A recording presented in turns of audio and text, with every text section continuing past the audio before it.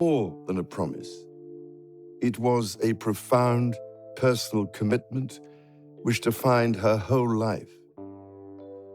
She made sacrifices for duty. Her dedication and devotion as sovereign. The royal family just broke their silence, and what they revealed about Prince William will leave you speechless. For weeks, whispers circled the palace while strange absences raised alarm bells. Now, the devastating truth is finally out, and it's far worse than anyone imagined. What happened behind those golden gates has shaken the monarchy to its core. Enormous positive difference this charity has made to bereaved families across the country. We celebrate the love, support, and skill provided by the charity's staff, volunteers, and supporters. The future king is fighting a battle that no crown can protect him from. The morning air felt heavy across the English countryside as dawn broke over Windsor.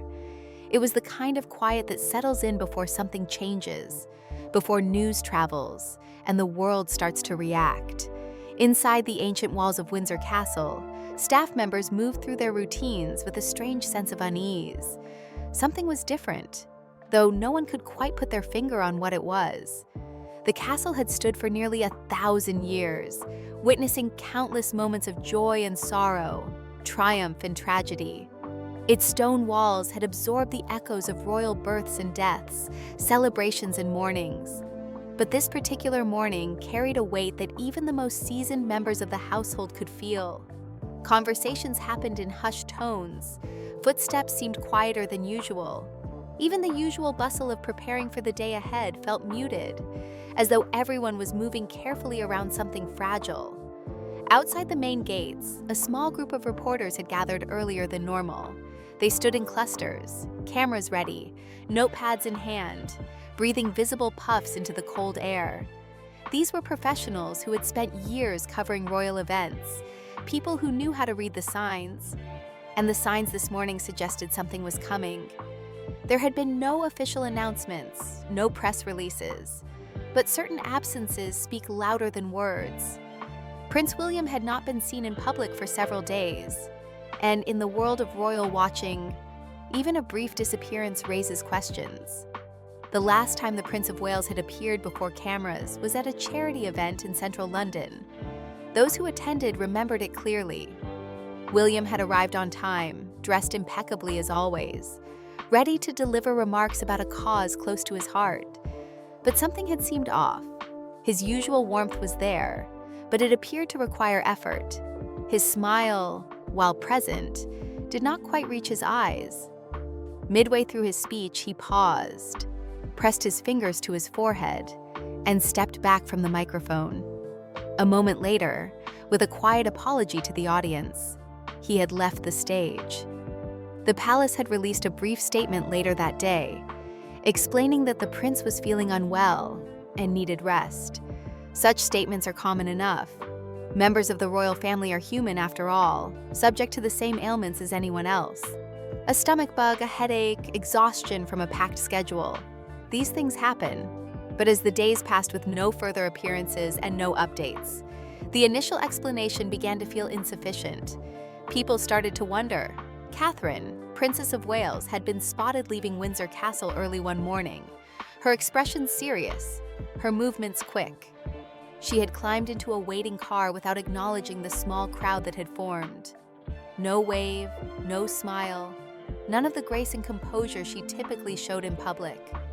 The door had closed behind her, and the vehicle pulled away, disappearing down the long drive and into the mist that hung over the grounds.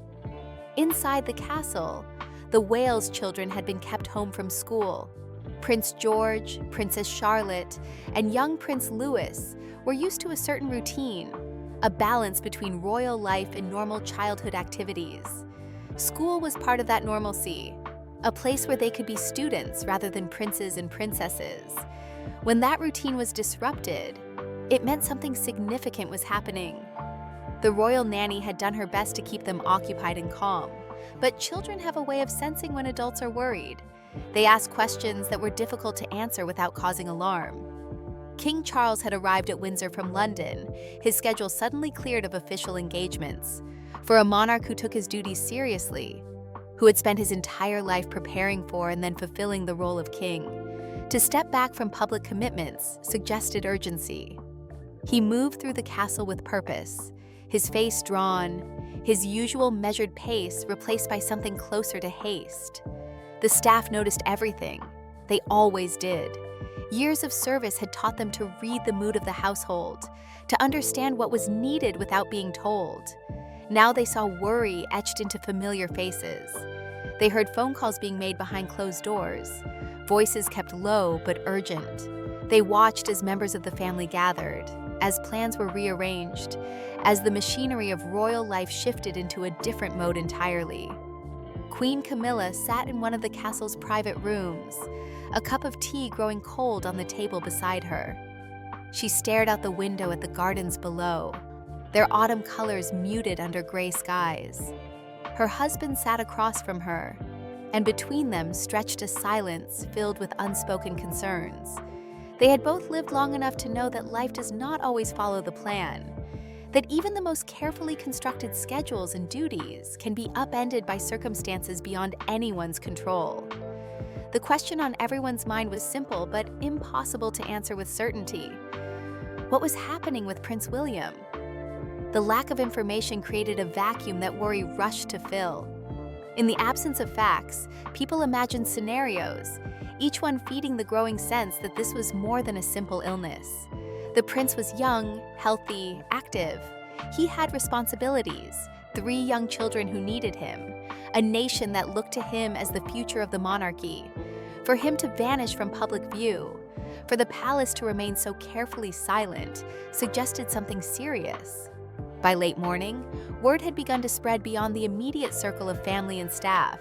Certain officials had been contacted, trusted advisors brought into confidence, arrangements made that hinted at the gravity of the situation. Still, no public statement had been issued. The palace communications team worked carefully, weighing every word, understanding that once information was released, it could not be taken back. They had to balance the public's right to know against the family's need for privacy, and had to provide enough information to calm speculation without revealing more than was appropriate.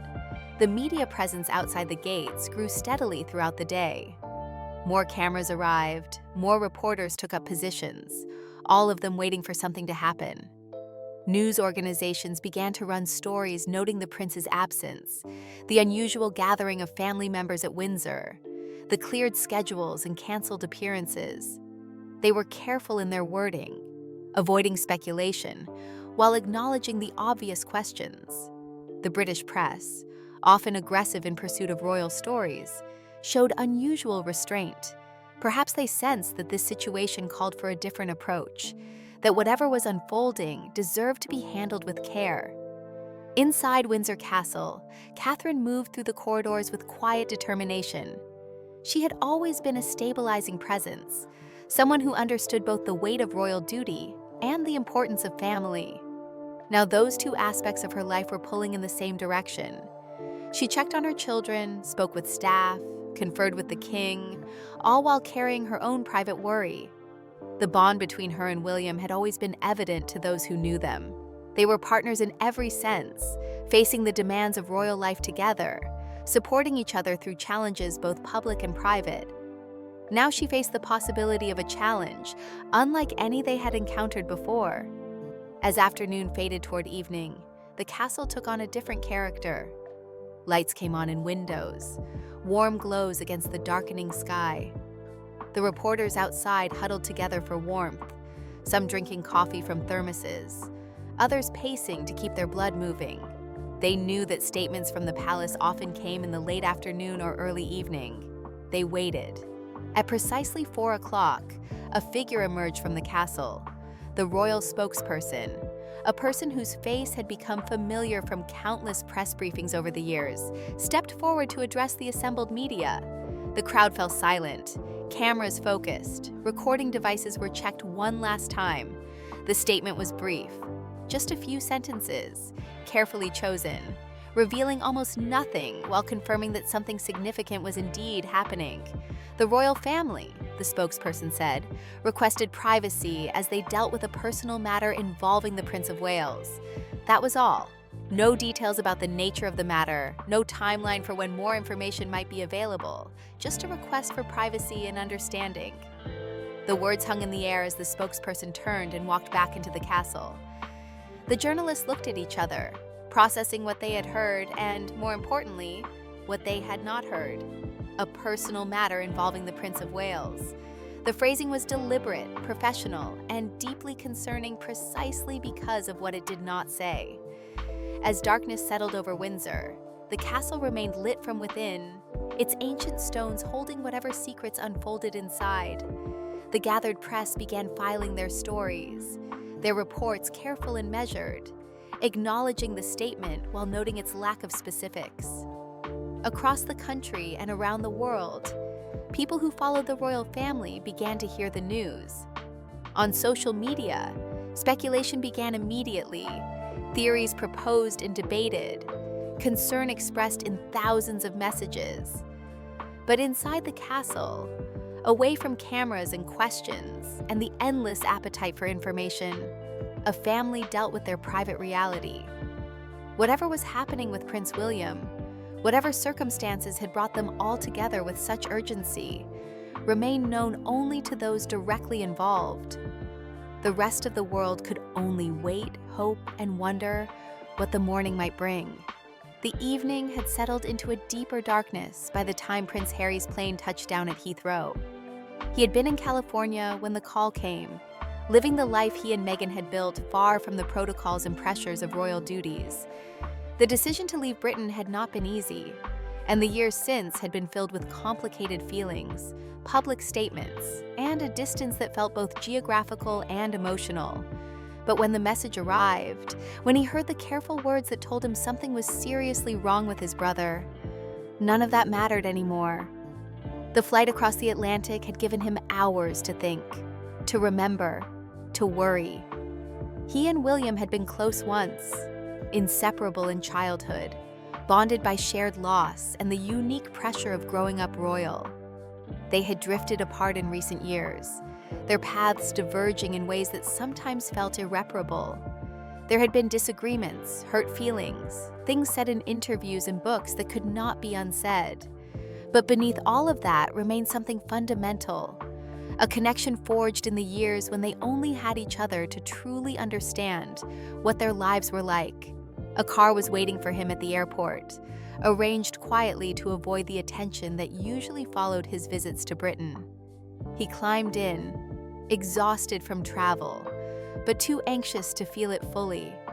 The driver knew the route to Windsor without needing to be told.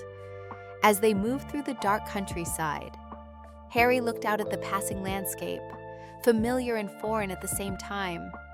He had grown up in this country, knew these roads, had memories attached to places they passed. Yet returning always felt strange now, like visiting somewhere that used to be home but was not quite anymore. At Windsor, he was shown in through a private entrance, away from the reporters who still maintained their watch outside the main gates. A member of staff, someone who had known him since childhood, greeted him with a quiet nod and led him through corridors he remembered walking as a boy. The castle at night always had a particular quality, its age and history seeming more present somehow, in the dim light and long shadows. King Charles was still awake, sitting in one of the private rooms, papers spread before him but clearly untouched. He looked up when Harry entered, and for a moment neither of them spoke. The relationship between father and son had been strained, complicated by Harry's departure from royal life and the public nature of his criticisms. But now, facing something that put all of that into perspective, the tension seemed to dissolve.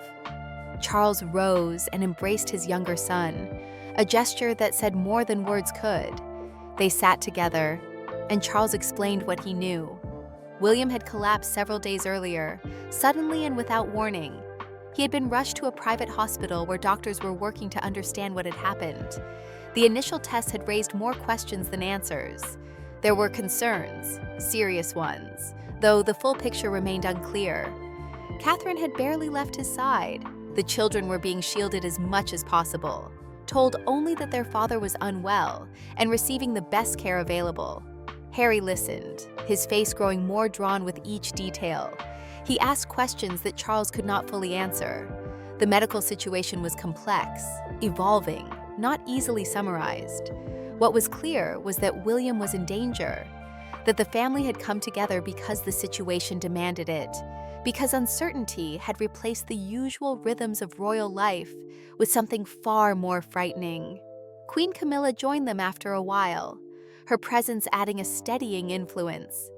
She had always approached her role with careful consideration, aware of the complications of being a stepmother to grown men with strong feelings about their late mother. Now she simply offered what comfort she could, a hand on Charles's shoulder, a sympathetic look toward Harry. This was not a time for old wounds or complicated histories. It was a time for family. The hours passed slowly. Updates from the hospital came in intervals, medical reports that required translation from clinical language into terms that made sense to anxious relatives. Catherine called at one point, her voice tired but determined. She spoke with Charles first, then asked to talk to Harry. The conversation was brief, but the simple fact of it felt significant. Whatever distance had grown between them over the years, she wanted him to know he was welcome, that his presence mattered. Prince William's closest friends had been notified as well, people who had known him for decades, who had been there through various phases of his life. Some came to Windsor, sitting with the family in quiet solidarity. Others sent messages, offers of support, expressions of concern. The network of relationships that surrounded the future king, built over 40 years of life, activated itself in response to the crisis. People wanted to help, even when there was little they could actually do beyond being present and available. The staff at Windsor moved through their duties with subdued efficiency. They brought food that was barely touched, kept fires burning in the rooms where the family gathered, answered phones, and managed the logistics that continued even in the midst of personal turmoil. Some of them had served the royal family for decades. They had seen previous crises, knew how to maintain discretion while providing support. Their presence was part of what allowed the family to focus on what mattered most. As the night wore on, Charles found himself thinking about his own mother, Queen Elizabeth, and how she had handled moments of family difficulty with a combination of strength and privacy.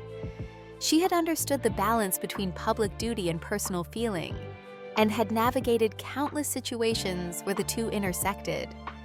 He wished he could ask her advice now, and could hear her perspective on how to manage what was happening. But she was gone, and he was the one who had to make the decisions, to guide the family through uncertainty.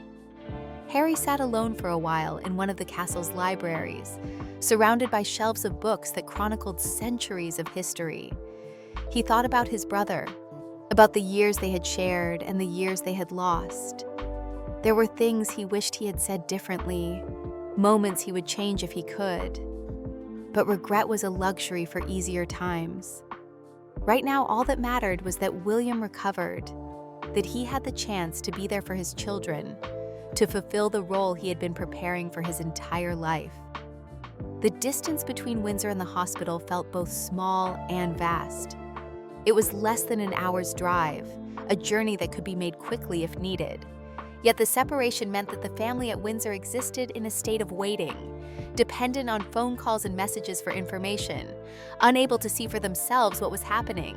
Catherine had made it clear that she did not want everyone crowding into the hospital, that William needed quiet and space. So they waited, respecting her wishes while feeling the strain of being apart.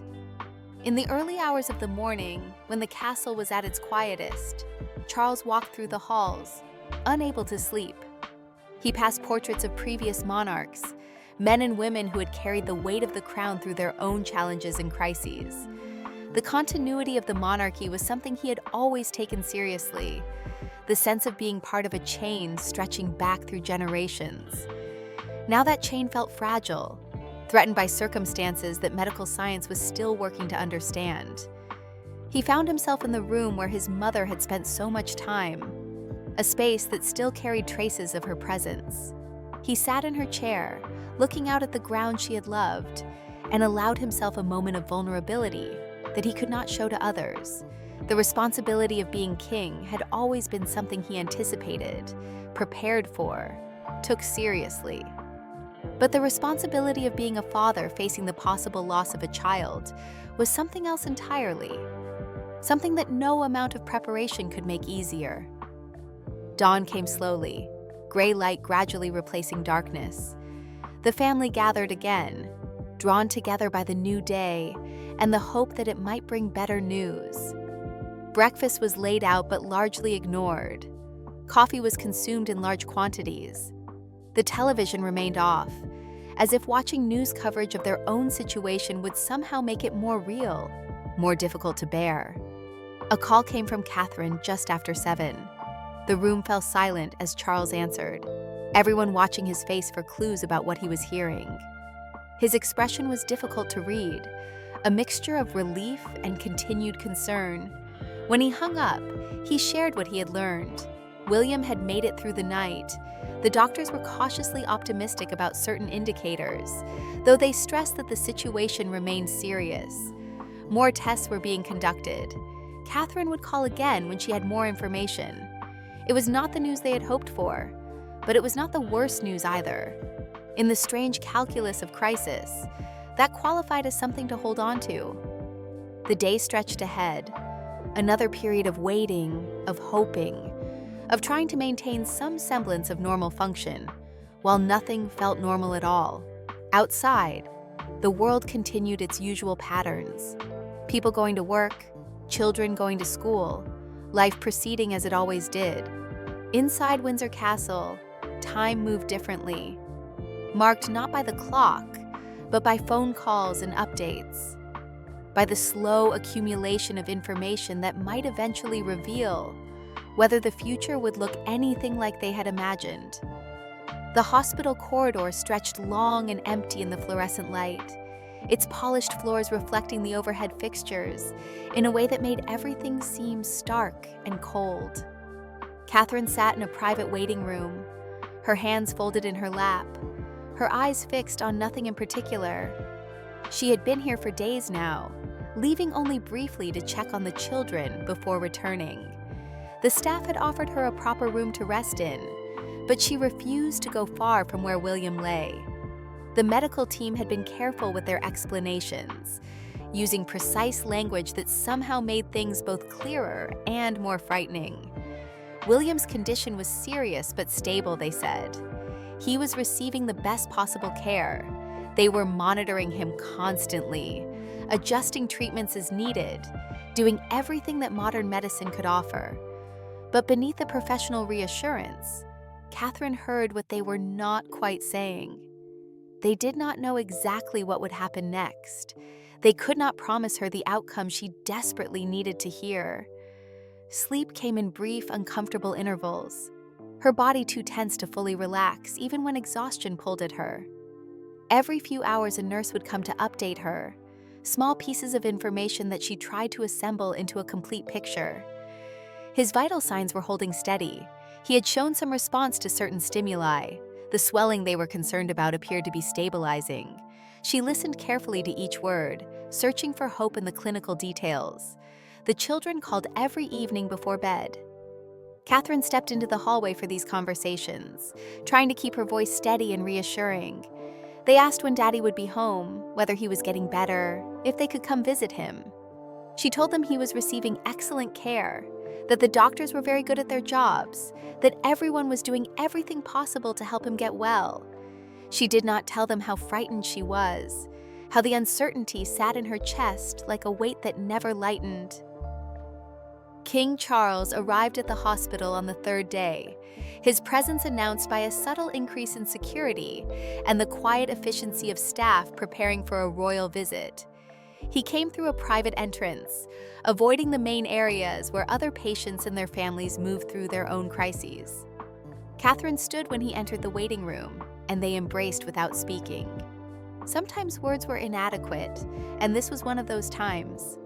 They sat together for a while, the king and his daughter-in-law, united in their concern for the man who connected them. Charles asked questions about William's care, about the medical team's assessment, about what Catherine needed. She answered as best she could, though some questions had no good answers. What she needed was for William to wake up, to open his eyes and speak to her, to return to the life they had built together. Everything else felt secondary to that single desperate wish. The hospital room where William lay was quiet, except for the soft beeping of monitors, the occasional hiss of ventilation equipment, the ambient sound of machines doing the work his body struggled to do on its own.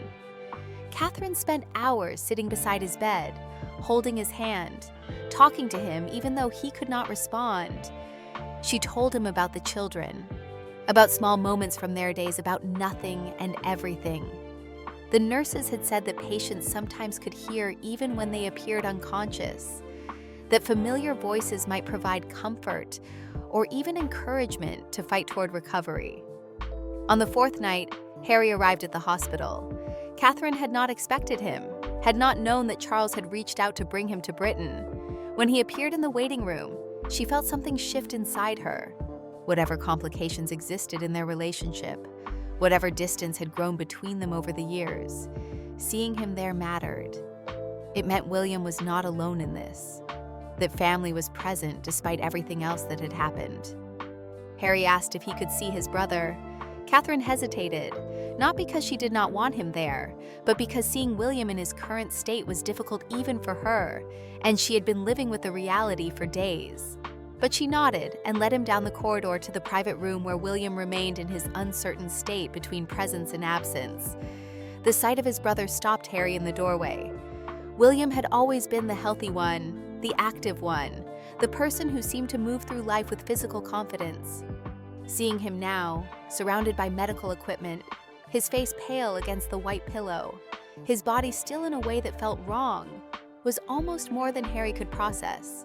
He moved slowly to the bedside, his earlier exhaustion from travel suddenly overwhelming him completely. Catherine gave them privacy, understanding that Harry needed time alone with his brother. She went to find coffee, though she did not really want it, just needed something to do with her hands, some small action that felt normal.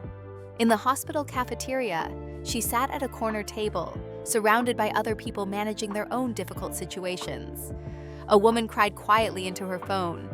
A man stared at nothing, his coffee growing cold. An elderly couple held hands across the table, their faces etched with worry.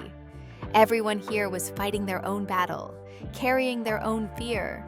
When she returned, Harry was sitting beside William's bed, speaking in a low voice. She could not make out the words, but the tone was gentle, almost apologetic. She waited outside until he finished, giving him the time he needed. When he finally emerged, his eyes were red. They did not discuss what he had said.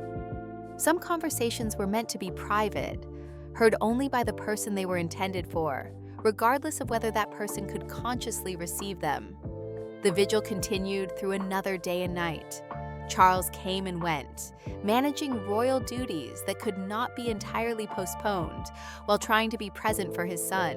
Messages arrived from around the world, from other royal families, from heads of state, from people who knew William personally or simply felt moved by the news that the future king was seriously ill. The palace had finally released a brief statement acknowledging that the Prince of Wales was hospitalized and receiving treatment, though they provided no details beyond asking for privacy and prayers. Across Britain, people responded to the news in their own ways. Some gathered outside the hospital, leaving flowers and cards. Others lit candles in churches. Social media is filled with messages of support and concern. The nation, which had watched William grow up, which had seen him transform from a grieving child at his mother's funeral to a husband, father, and future monarch, collectively held its breath and hoped. In the quiet of the hospital room, Catherine maintained her watch. She read to William from books she thought he would enjoy. She played music she knew he liked. She described the view from the window, even though he could not see it. And she waited, because that was all she could do. waited for the moment when he might return to her, when the machines would register improvement, when the doctors would smile with genuine relief instead of careful optimism. The morning arrived differently than the ones before it.